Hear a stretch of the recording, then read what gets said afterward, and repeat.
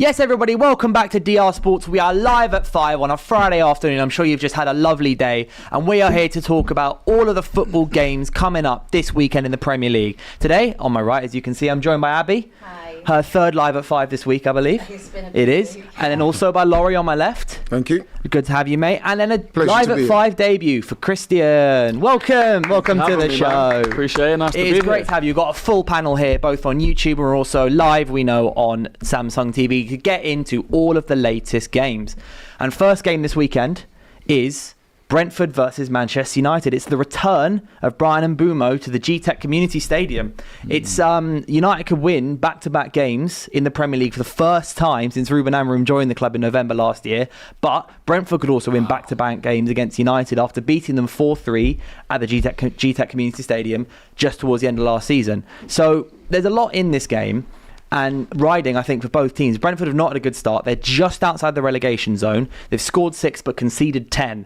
So they're busy on both ends of the pitch. Whereas United, we all know what's going on with United at the moment. My club, it's all a bit chaotic. It's all a bit haywire. But what do we think about this game, and who needs it more at the moment?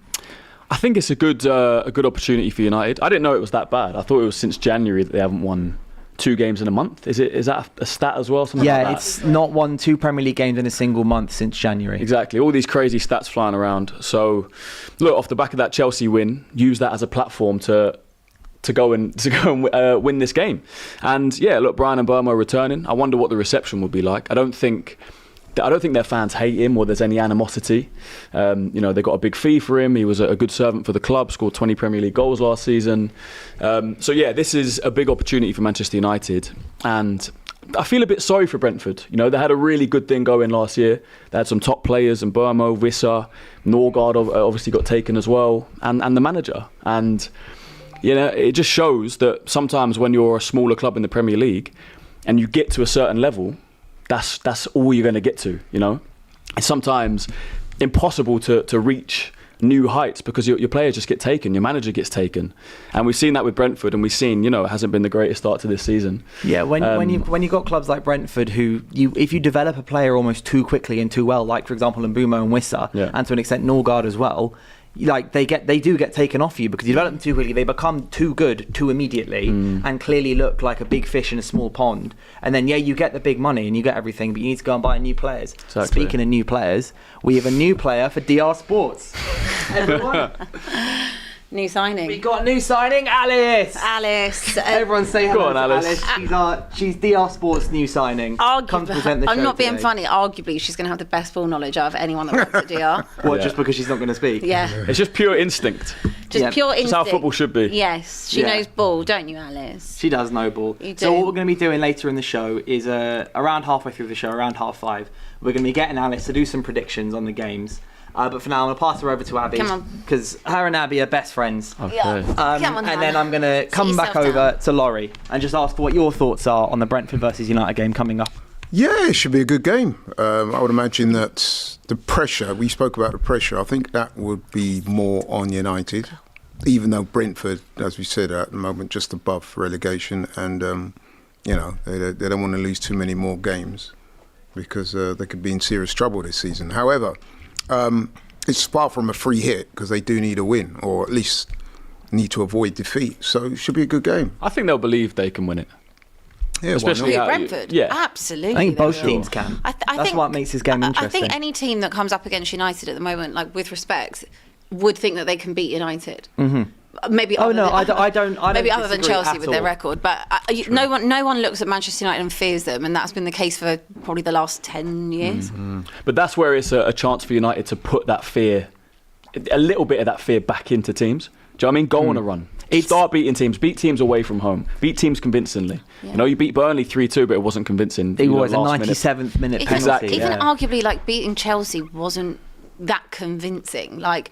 It took In the them, manner, no. In the yeah, I manner, agree. absolutely not. Like the first half, they obviously looked much better, but that was having a player advantage. So we figured out how Ruben Amorim can use his system and win games. The opposition just has to go down to 10 men. But second half, they weren't as comfortable. Obviously, when it levelled out and it was 10v10, they arguably, if they hadn't have taken off Neto or Esteval or Cole Palmer hadn't gone off, assuming to be injured, then I don't think United would have won that game.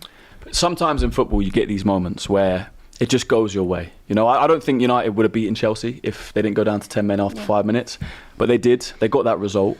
So, like I said, use this as a springboard. Use this as that moment for Amorim to maybe make a tactical switch, build on this win, go and beat Brentford away, and then see what happens after that. Do you really believe that Ruben Amorim will make a tactical switch, though? I think he has to. But he's not going to. He's not doing it. But then he's going to lose his job soon. That's the issue that he's got, is that everyone's looking at it, and I know this happens every time a football manager's in issues, and all the fans are just going, well, just do this, it's all really obvious. And sometimes that's a bit like, well, there's probably more to it.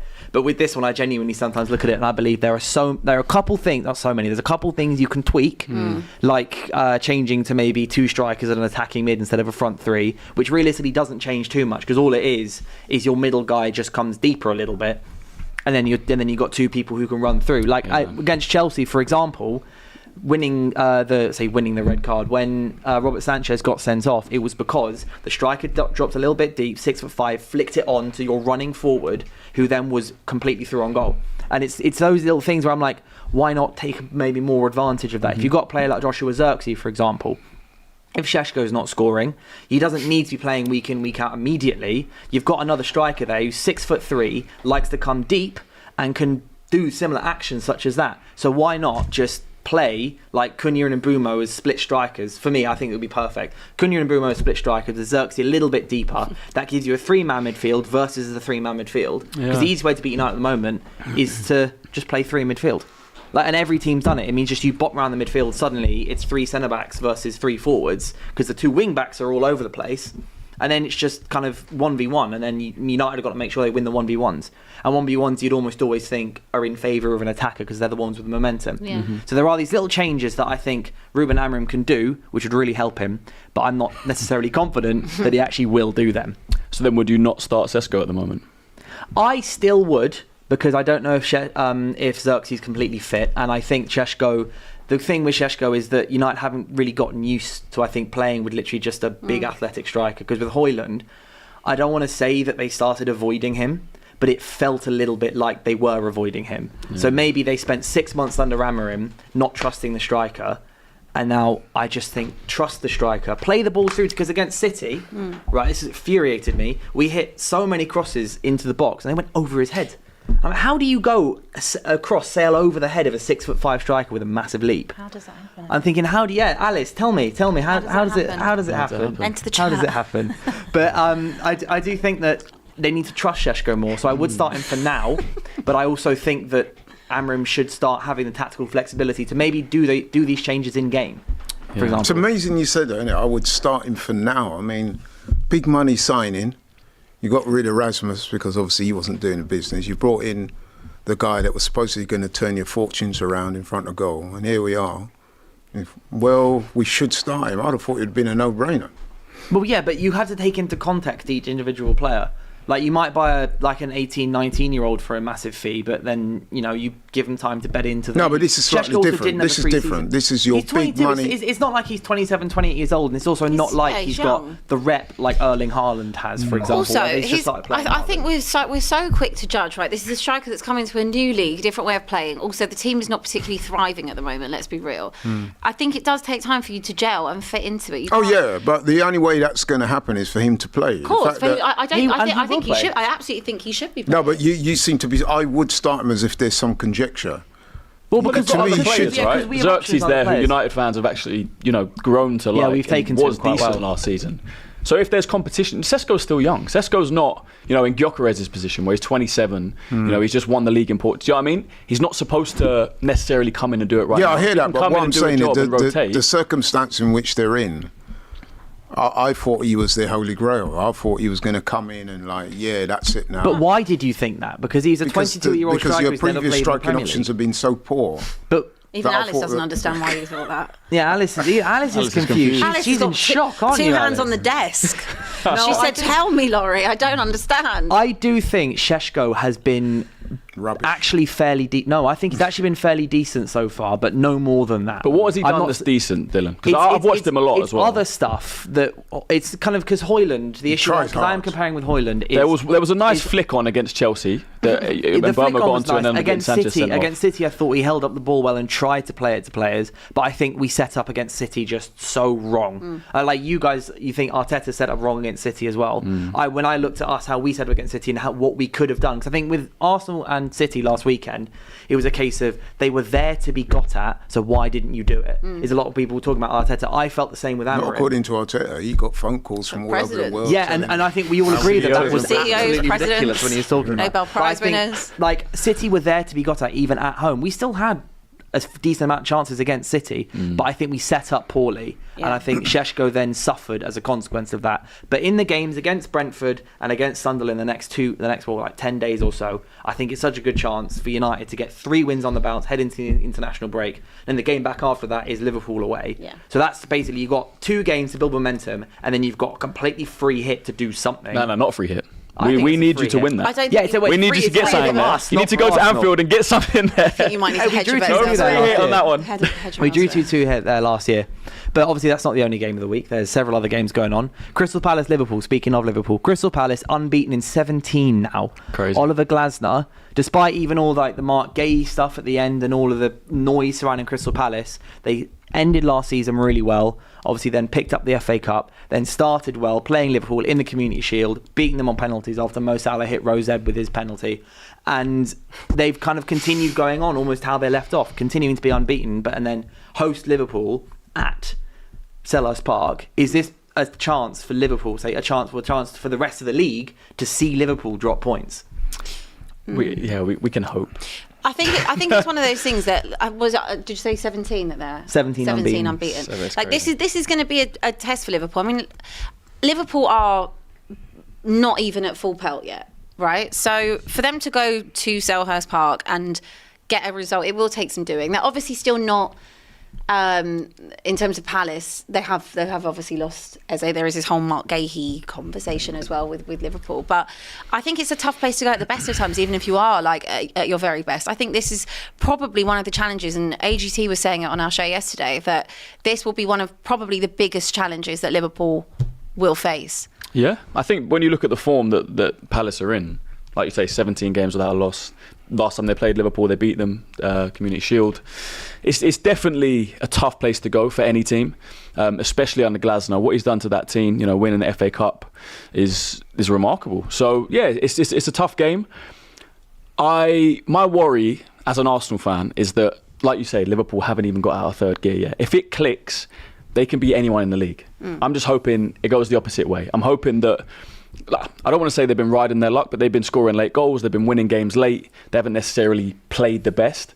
So it could go 2 ways for me. They could click and they could just go upwards. Isak integrates into that team. They shore it up defensively because they've been conceding quite a lot of goals. I think they've 3 times have had a 2-0 lead. They've come back to 2-2 and then eventually won. So look, you look at players like Mateta. You look at players like Sarr and Adam Wharton in the middle. The Palace have got a very good team. So I'm hoping it does go that way for Liverpool, that they feel the pressure a little bit and then they start dropping points. Because if it goes the other way and they win, Arsenal got a very tough game this weekend as well, and could be a long day in the Premier League title race. A sign of a good team is getting these results when you're not playing at your best, and that's a sign of a great mentality in champions, right? And Liverpool are very, very good at doing that. Totally agree with you. In terms of defensively, they have not been the Liverpool that we know them to be. And let's be honest, if they do get an injury, then they are a little bit stuffed. Well, we've seen Leone go down with ACL the other day. Exactly. So I think it would just be Joe Gomez. Arne Slot today's confirmed it's a year. A year. Wow. He's expected to be out until next year. And he's so young as well. Like it's just such a shame to see that happen. It really is. But I still feel like if they go to Selhurst and get a result, I mean, that'll be 8 points that you're playing catch up to already. Yep. Well, I mean, obviously we're going to talk more about Arsenal when we come to the fixture. But that is, I mean, for me as a Spurs fan, it's an almighty hill for you lot to climb, and it just means I just get to sit here and lay back and relax. Yeah. Laurie, I want to get your take on how you think Mark Gay is going to be thinking. How's he going to be thinking, feeling, and how's he going to approach this game? Because he agreed to sign for Liverpool to the point where he did his medical. So when he was doing his medical, he probably had their training kit on. He was in Liverpool colours. He had that bird on his chest. And then come, obviously, 2 hours passed. They added the deal sheet thing, 2 extra hours, 9 p.m. Still nothing happened. He's now a Crystal Palace player, and I think he's commanded himself so well on the pitch so far, Gay has. But this is a very unique game for him, because it's also not just he's playing the team that he agreed to sign for, it's in front of the fans that he agreed to leave behind, almost. Well, I mean, obviously I don't know Mark Gay, but judging by what I've seen and how he plays and his approach, I think you could describe him as a consummate pro. So that being said, I expect him to approach this with professionalism, with a degree of sauce on top, if that makes sense, because he'll be looking to play his best in this game, as he always does. But there's a little bit more on this one. There'll be a little bit more eyes on him than there would normally be, but knowing him as I do, he'll probably put that behind him and have a really good game. So I reckon he could be it's going to be interesting, because all the focus is going to be on him, and also he's battling against some of the hardest attackers in the league. So I feel like if he does have a wobbly moment, I think regardless of what the truth is, people are going to be looking at that and going, "Oh, is his head in a different place?" But then if he has an absolute masterclass, he might have added 5 million onto what Liverpool are going to try and pay for him in January. And let's be honest, he will be tested, because Liverpool going forward are pretty formidable, especially against Isak. Exactly. So there is no Ekitike though, as well. No. Yeah, there's no. That's what I'm saying, because Isak will be starting, which is probably there's a certain Mo Salah, and So he will be tested tomorrow, I'm sure. Yeah. I wonder if Wirtz plays in this game. Obviously, he was left out in their last game. He was on the bench. You would think he would start. You think? Yeah. I think they're best midfield at the moment. And I think Florian Wirtz is a very good player. I think he'll come good eventually. But right now, on form, and I think a lot of Liverpool fans would agree, their best midfield is McAllister, Szoboszlai and Gravenberch. I don't think anyone would disagree with that anyway. But the problem is, and we've spoken about this quite a few times this week alone, that when you've got a player that's cost you £116 million, you have to play him. You have to get him in there. I was talking about it the other day with Alex. He felt that he's a little bit lightweight. He's not incredibly physical. And coming into a league like the Premier League, you've got to be able to kind of hold your own a little bit more. So the only way he's going to really do that is by getting game time. But I agree with you in a way. But do they have to play him?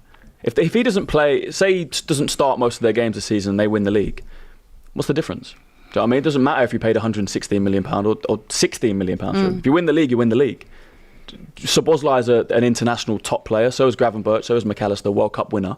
Do you know what I mean? It shouldn't just be because you're a big transfer fee, you walk into this team. If you're not, good enough to be in this starting 11, don't put him in it. Don't shoehorn him in it. And I think Arne Slot is the type of manager that will play players on merit, play the best players. I don't think he looks and says, well, we paid that much money, I've got to get him into this team.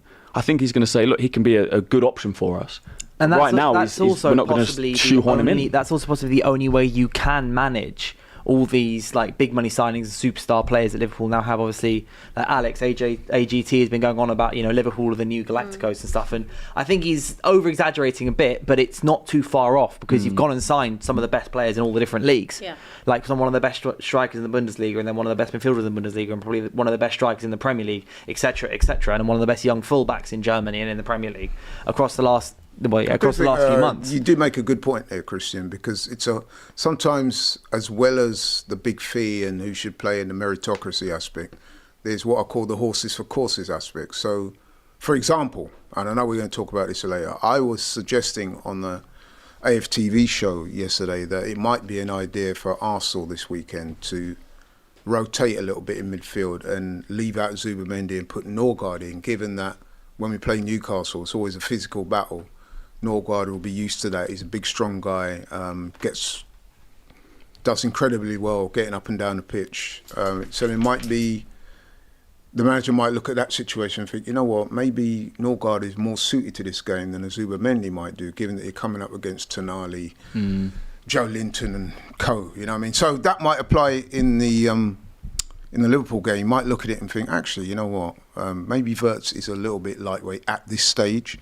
So let's go with the three you said, Gravenberch, Szoboszlai and especially McAllister. Palace away is such a game where you need to be physically strong, because those guys will outrun you, they'll try and outmuscle you. You've got Jean-Philippe Mateta will just Obviously, Liverpool's two centre-backs, Kanate and Van Dijk, are fantastic. But Mateta will be there fighting Gravenberch as well. He'll be fighting everybody. He'll be looking to get him behind.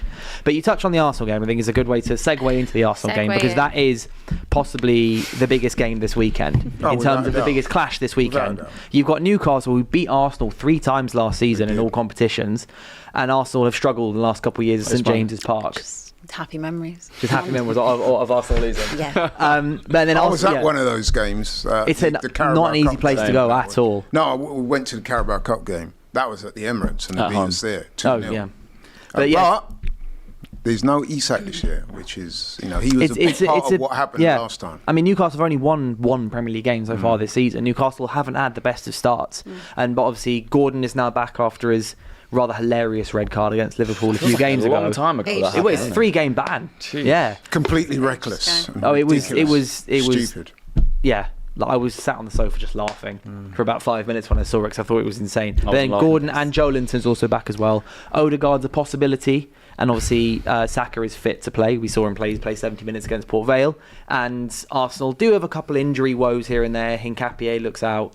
Hincapié is injured, I think, for this game, isn't he? I think so, and a few others as well. Obviously, Madueke's out and everything. With Odegaard, it's a the big manager game. at the press conference did say, and I saw him say it, that Odegaard's been back in training. And so I think that pretty much tells you he's going to play. Big game, as Arsenal fans, we know, Christian, don't we, that if Odegaard's available, he will play.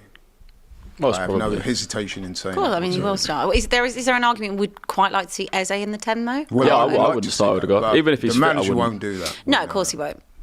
I think Eze's been so good in the last couple of games from the centre of the pitch. He played on the centre against Port Vale, and he also, when he came off the bench against Man City, his assist was when he was straight down the middle, and he was obviously dropping deeper and finding the players over the top. I think Eze has to start this game. I really think so. You say that, but you know what? I could see. He's got to, surely. He's got goal and assist in his last 2 games. There's a worldview where Eze might be on the bench, because as we just said, Odegaard will start at 10 if he's fit, and it's looking like he'll be fit. The manager said today that he's trained a couple of days in succession and he's responded well. So I take that to mean he's going to play. He'll be available, and if he's available, he will start. I was thinking about the left side. Now, Martinelli, we all know, is a player that Mikel likes. And one of the reasons why Mikel likes him so much is because, he's very fast, very explosive, but also, and this is a big part of the deal, he's very good defensively, especially when Arsenal are away from home. He tracks back, he works hard, he's got the pace to make those recovery runs. The manager might look at it, given the kind of mindset he seems to be adopting this season, is that we need to shore it up a little bit, especially when you're coming up against guys like Elanga, who is rapid, even quicker than Martinelli, one of the few players in the Premiership that is quicker than Martinelli. So he might reason to himself, well, you know what, the defence might need a bit of extra cover. So maybe if we start Martinelli, defend at all so costs. That means there's no room for Eze yet again. Yeah, what do you think? You know what? Everyone knew he got it wrong against City, right? Eze should have started that game. Trossard shouldn't have started that game either. I would have started Martinelli. There's an argument that this game, there's more of an argument to start Marino in midfield. I wouldn't, but there's more of an argument to. When you look at that Newcastle's midfield, in terms of Tonali, Joelinton, Bruno Guimaraes, it's up there with some of the best midfields in Europe on their day. Those 3 players are top quality. They're all physical. They're all, you know what I mean? You're in for a game against them every single time you play them. So having a bit more physicality in the midfield isn't the craziest thing away at Newcastle. That's why I suggested Norgard. If he'd started that game, that the team he started last week against City, against Newcastle, I would have understood it. Yeah.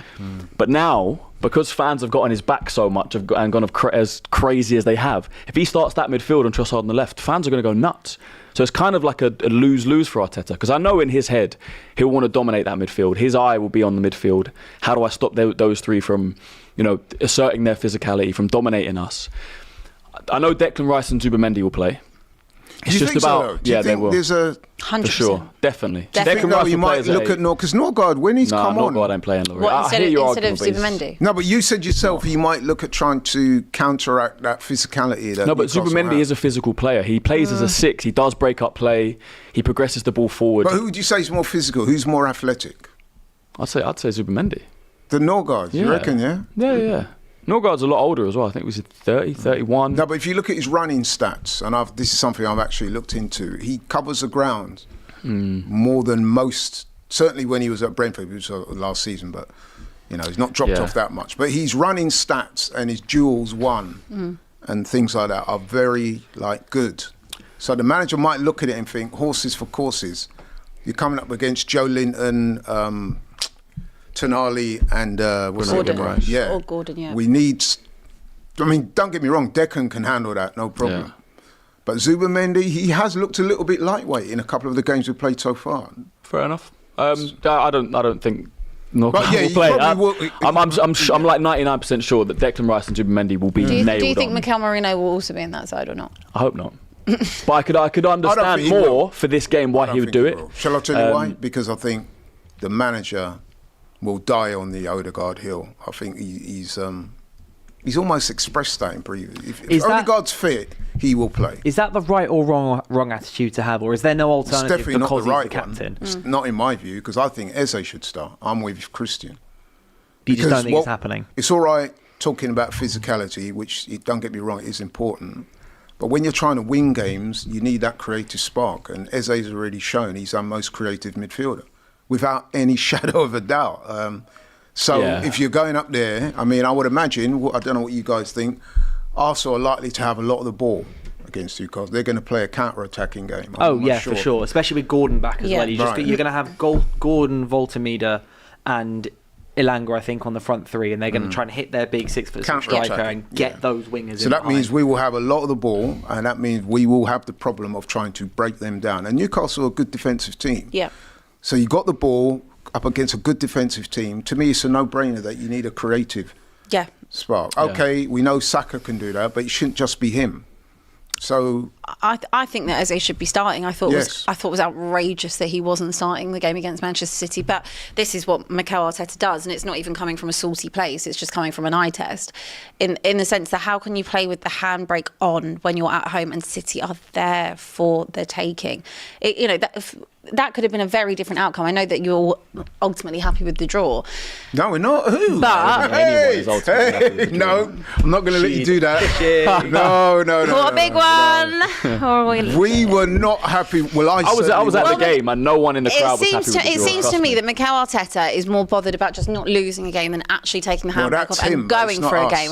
And that is a true statement. I don't think it is. I don't think he doesn't want to win. I don't think he looks at City at home and goes, "Oh yeah, I'll take a draw today." I think he wants to win. Hold on one second, Abby. I think he wants to win more than anyone. I think that guy is so desperate to win at Arsenal. So this whole notion that he doesn't want to win and he wants to draw and he wants to keep clean sheets, I think is rubbish. I don't think that he doesn't want to win. I think that he's not brave enough. But you said he's happy with the draw, and I think he's happy to not lose. No, I don't think he is. Okay. I think the team selection doesn't reflect that. No, but I just think his idea of the team selection was wrong. No, but I think in his eyes, Christian, I'll tell you why. You said he wasn't happy with the draw. He was. He said that they played a brilliant game. He also went on to say, and you know this because we've spoken about it off camera, he said that the performance against Man City at the weekend was better than the one when we beat them 5-1. So if we take that as its logical extension, that means he is happy with the draw. It was crazy to say. I don't think he was right, but I think it's just his crazy way of trying to come up with some excuses. I don't think he was happy with the draw. Right? When you beat Man City 5-1 last season and you draw with them and you're in a title race, no sane person could be happy with a draw. I just think he didn't expect Pep to go so defensive and play so, back-footed and so negative, if you want to say. So he got the selection wrong. That's why he started Mourinho. He thought they would come out a lot more. He thought it would be more of a midfield battle when it wasn't. Yeah, 100%. Pep maybe just read 100%. What he was going to do, predicted it. Guaranteed. And then set up to... But then even that indicates a manager that is inflexible and rigid and not able to adjust on the fly. He needs to take more risks. Well, he did, right? He did at half-time. He realised this isn't the game for Mikel Merino, took him off at half-time. So us fans saying, he got it wrong, he did get it wrong, but in his head, he only got it wrong because he expected something different. But also, shouldn't he be less focused on what City are going to do and more bothered about what Arsenal are going to do? No Arsenal So don't worry about what City are going to do in terms of how they set up. Make sure that your team is set up in the best way to go and score you goals and create chances and go and win you the game. Mm-hmm. Don't worry about what another team's doing. I agree, 100%. I think there's a lot of truth to what Abby says, and I think it's a mentality thing. I think if we're talking about the Arsenal 3-4 years ago, when we're transitioning, we're trying to be a team that qualifies for the Champions League, then maybe a 1-1 draw wouldn't seem so bad. But if you are who we think we are now, meaning like we want to challenge for the title, not just challenge, we want to win it, You know, I mean, just spent up to close to £1 billion on players, and everyone's talking about us being as legitimate title contenders. Me personally, I'm agreeing with Abby. I want to see us go out and try and win the game. I'm agreeing with you, Laurie. I'm just trying to put some context on I hear that lineup. I said it was wrong. 99% of Arsenal fans have said it was wrong. To the point where when we scored last week, and I mean, Flexi sent me some little clip of when we was at Box Park, everybody celebrating. I said, go look at that clip again, Flex. Yeah. Show me where I'm celebrating. I'm sitting down thinking... Not you personally, but I think that's you lot also was on the because tables. of the clip last season, the clip couple seasons ago. Which that was last season, James, yes. Yeah, James's last season. Yes. The 0-0 Is it over? last, yeah. It was at the start of last season. I think it was 2 years ago. I thought it was 2 seasons ago, I wasn't thought it was at the start of last season. No, because it was a 0-0. Yeah. We drew 2-2 I know we drew. You drew last season as well. Was it the draw when Trossard got sent off? That's not 2 seasons ago. That's not 2 seasons ago. Last season was 2-2. We had 10 men. They scored in the last minute. I'm very certain that clip is from last season. It's not. It's 0-0. Can we get a check on that? That was in the old studio. All right, Ali. I'll get it up right. We had that. The start of last season we did. I promise you it was 2 years ago. Can we get a check on that, please? I'm very certain that was the beginning of last season. Anyway, I was also going to add, I feel that with Arsenal, if you go back prior to last season, Arsenal were more fearless. They were more sexy to watch. And it was last season that was the turning point where he did become, Mikel Arteta, a lot more rigid, a lot more cautious in his approach, and even more emphasis on making sure that everybody is defending. Could be the pressure getting to him. Was it last year? 0-0 draw. So it was a 0-0, which was 2 seasons ago. Look at James and that. 1 year ago. Yeah, well, that's AFTV Extra posted it 1 year ago, but the game was more than 1 year ago. Wow, well, time flies. I tell you what, time flies, and that was absolutely one of my favourite ever clips. It's a fantastic clip. Love We've you, got James. just to bring it back to the Liverpool game for a second. Camus says in super chat, if you guys want me to, read out your chats, let us know what your thoughts are. Get those super chats in. I will read them out. Slot doesn't let fear dictate team selection. Wirtz will start. The best way to get get him used to it is to start him in the league, which I think is fair enough. Another way, you get used to the league by actually playing in it. That was the point I was making about Akin Kuliete Toby, I think I've butchered your name, sorry, says Marino and Joe Linton battle incoming. It should be a good battle, that one. To me, Joe Linton wins that battle all day long. 100%.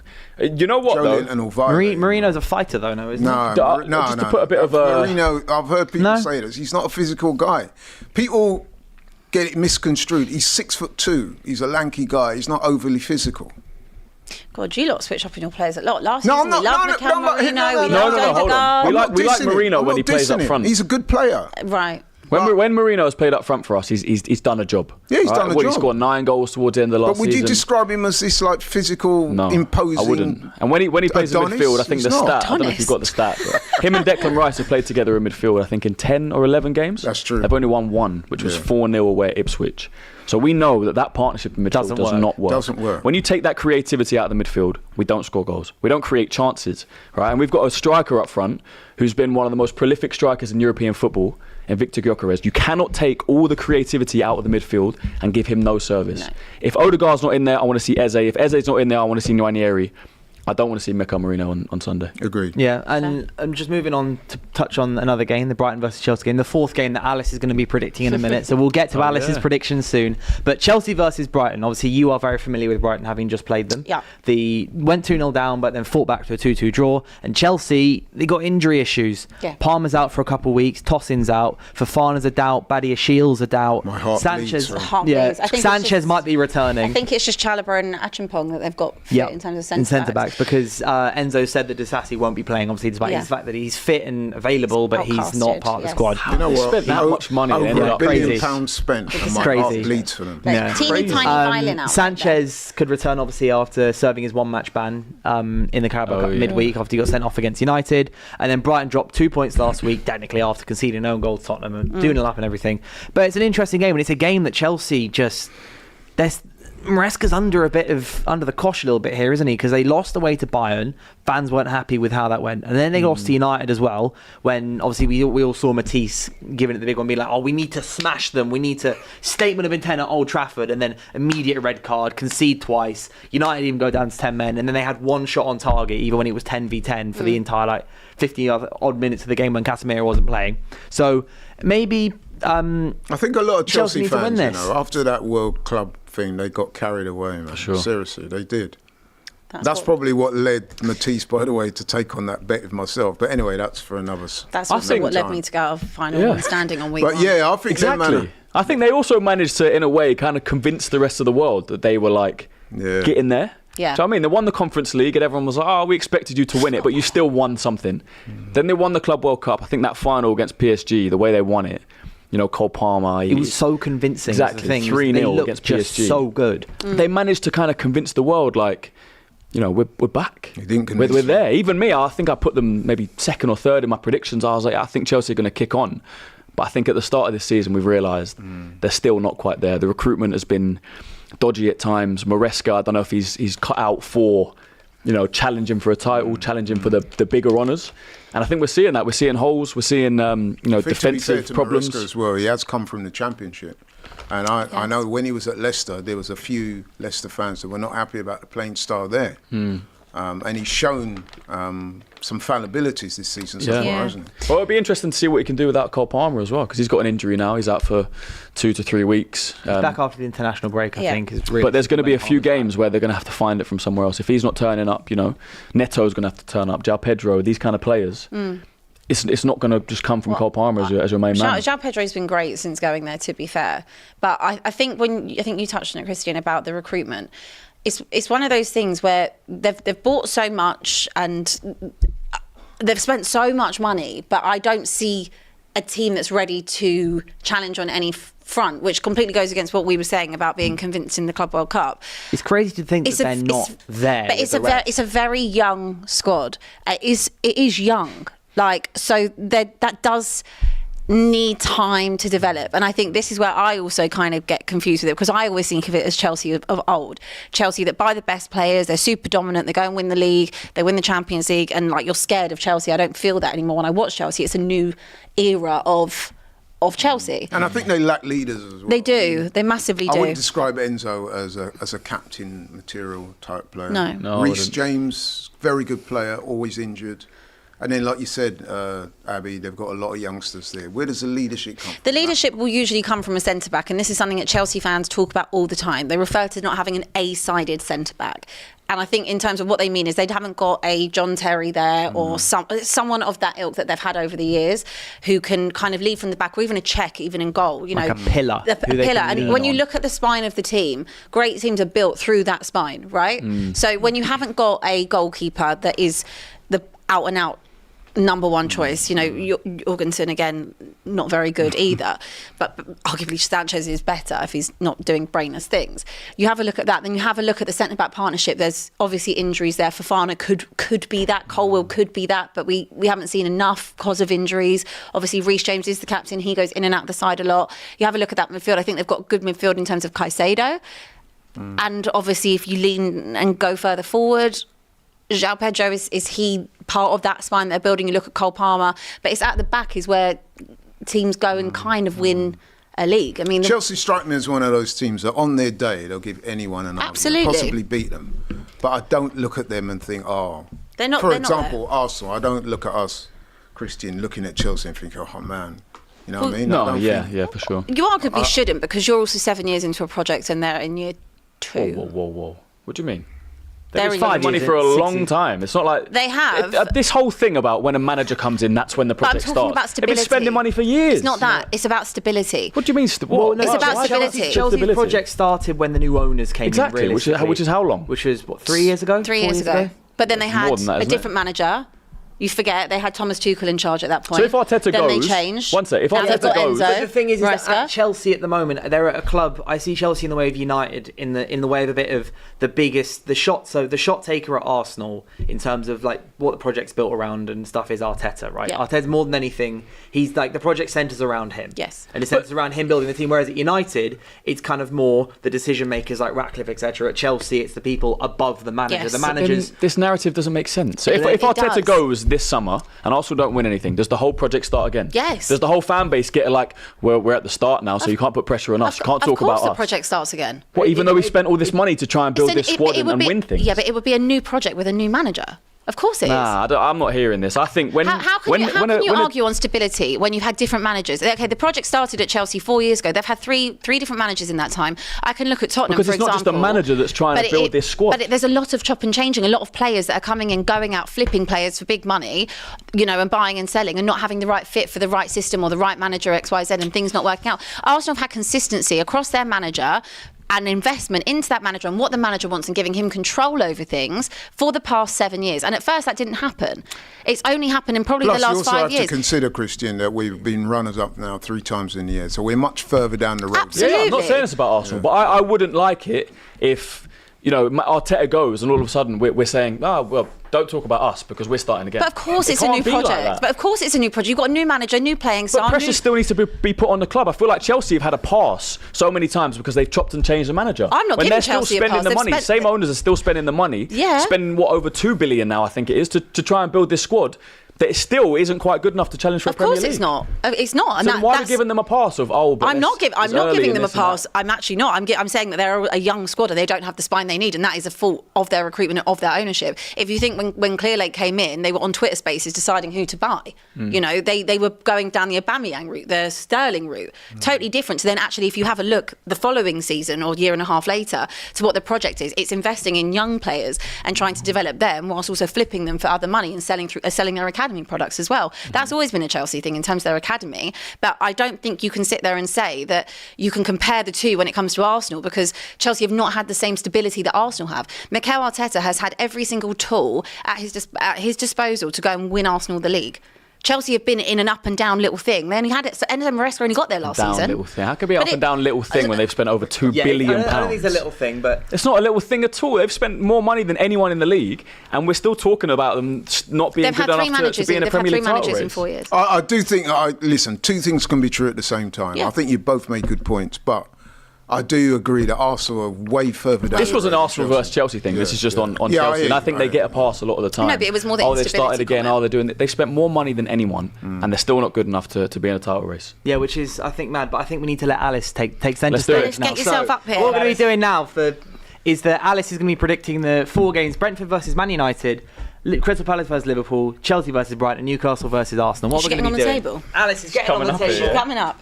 Come on, Alice. Come on. Why didn't I get treats? Stage. Okay, so Okay. she's Right, got to Alice wait. is- She's coming for us Alice. already. Oi. Come on, Alice. Hold your horse. What are we doing first? Brentford United. So Brentford versus Manchester United. We've got the two of you. You've got one of you of United. One of you got Brentford. So Brentford over we're here. gonna have a treat out on either side of the table. Whichever side of the table Alice then walks to is who she thinks is going to win the game. So You already Laurie, put a you've got treat. one treat. Put it on the end of the table over there. Christian, put one treat on the end of the table over there. Right, Alice, look at me. Alice, You have to pick. You ready?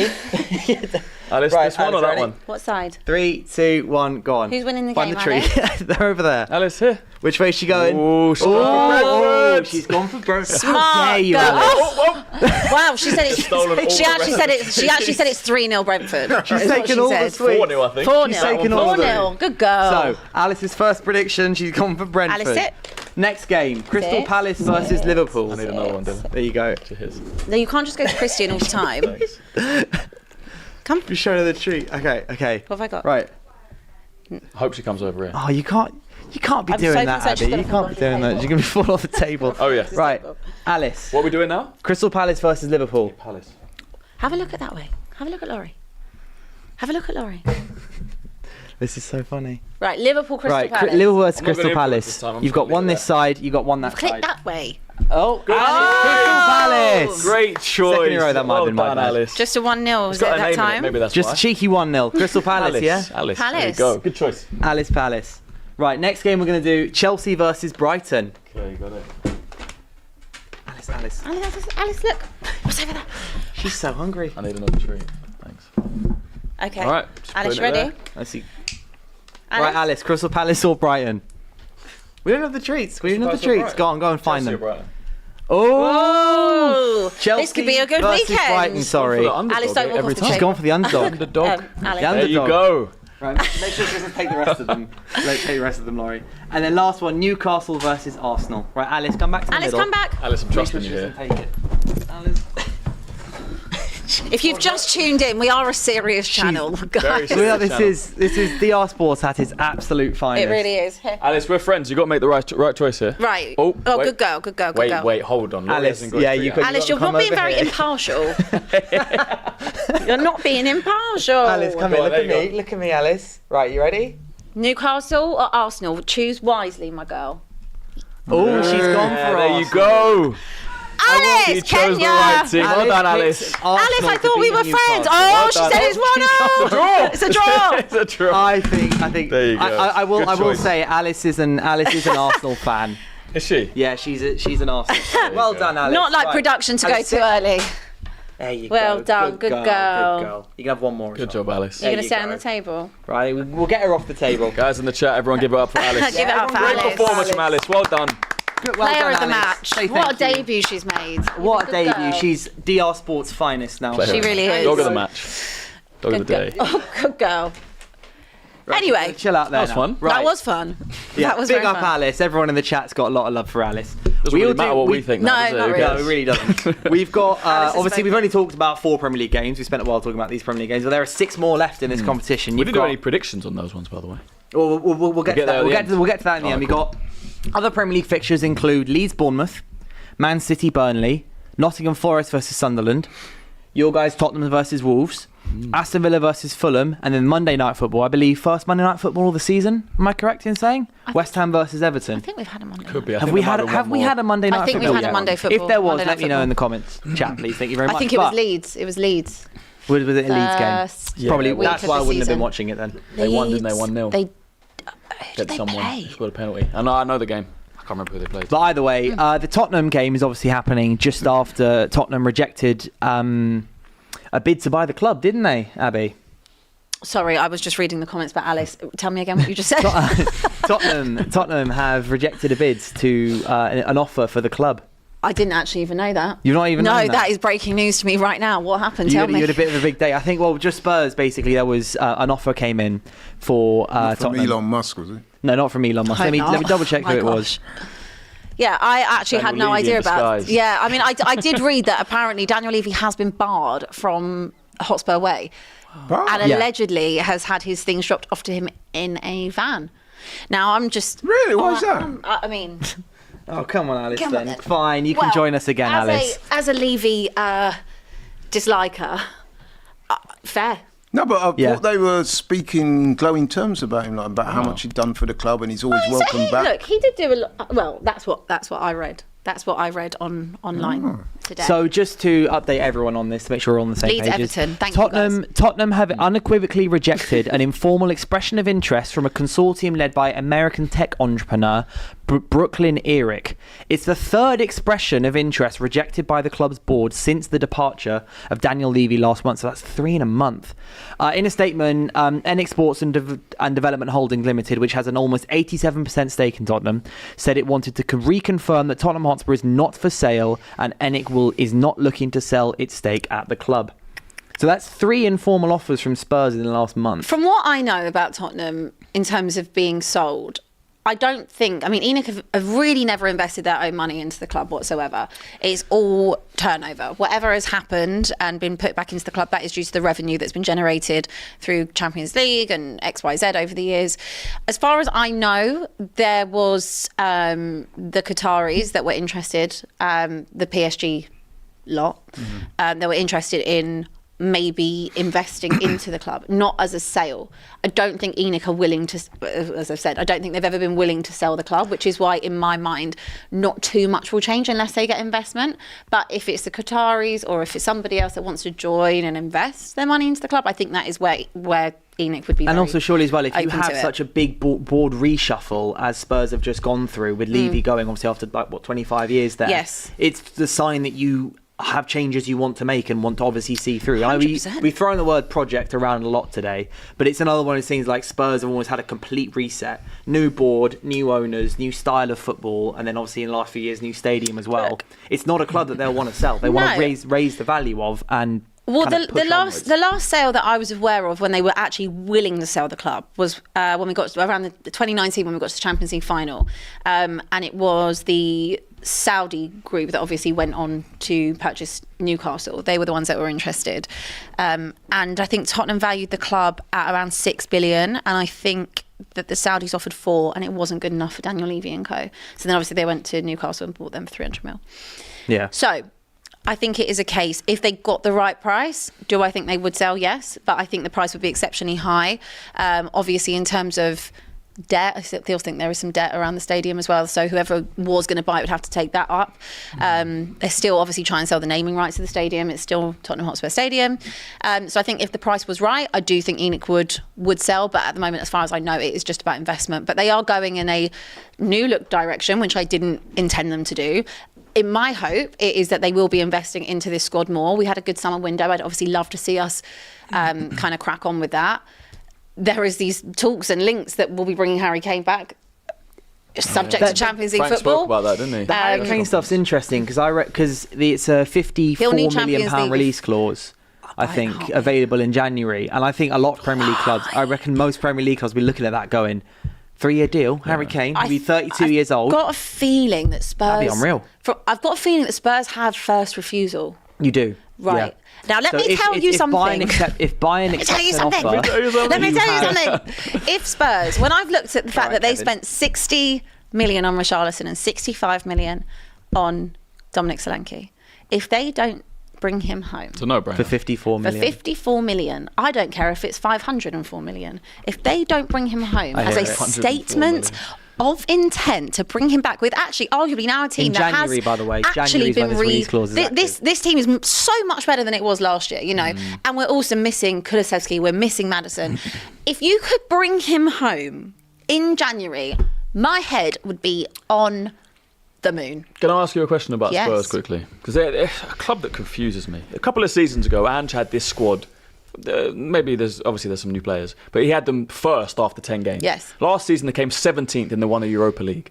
I still don't know what Spurs is at times. Like even this season, I watched them. I guess it is Spursy. I watched them against City. They look good. They win 2-0, and then I watched them against Bournemouth, and they could have lost 3 or 4-0 that day. Even against Brighton the other day in 2 halves, I watched them 2-0 down in 1 half. They bring on Xavi Simons. They come back to 2-2. They could probably win the game. Yeah. I still don't understand how good they are, how good they can be. I look at some of their defenders, Romero and Van der Ven. On their day, that's one of the best partnerships, defensive partnerships in the Premier League. Maybe in Europe on their day. 100%. I rate Van der Ven that highly, and Romero, he's got rid of a lot of the mistakes in his game now. He's a lot more level-headed. On his day, he's a top player.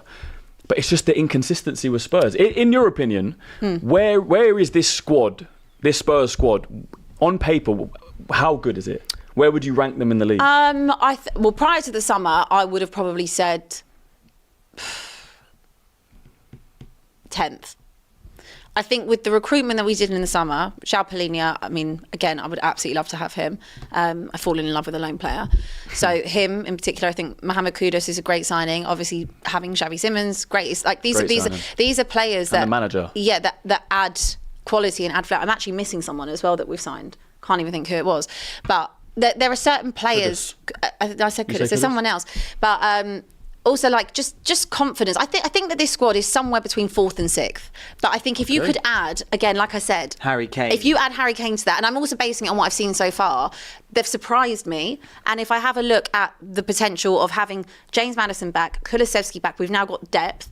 And if you were to bring Harry Kane into that mix, that is a very, very good side. That's different gravy, I think. I don't think Maddison should be coming back, though. I think you need to replace him. That guy has proved himself to be too injury prone. On his day, great player, fine. Yes. But when is his day? I would also just like to add that defensively, we have been far better. And the last 2 seasons have been completely plagued by injuries, in particular as well, last season. So it's be interesting to see if it was more on Ange's style of play and the high line for life, or if it actually just is on the players. Because I think before this season, I'd seen Romero and Van der Ven play 17 times together. In total. You didn't have enough defensive stability, did you? Got a couple super chats to read out. Clara Bitsy says, Abby, thank you for spitting facts. Yes, we have spent the most money, being Chelsea, but we have sold more than anyone. And yes, we did win the Club World Cup. What does Arteta have to show for the billion he has spent?